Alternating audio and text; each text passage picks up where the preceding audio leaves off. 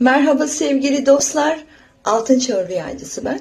Biliyorsunuz günümüz koşulları değişiyor, zaman değişiyor, bakış açıları değişiyor. Bununla beraber rüya sembolleri de değişiyor.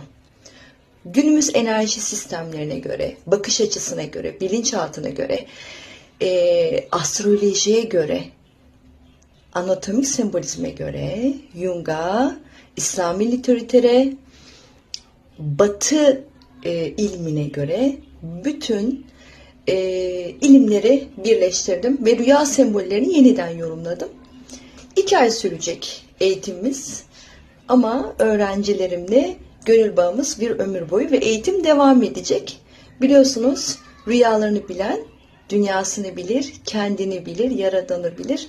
O yüzden rüyalar bize ne anlatmak istiyor? Bunları hep beraber çözelim. Buluşalım. Davetlisiniz.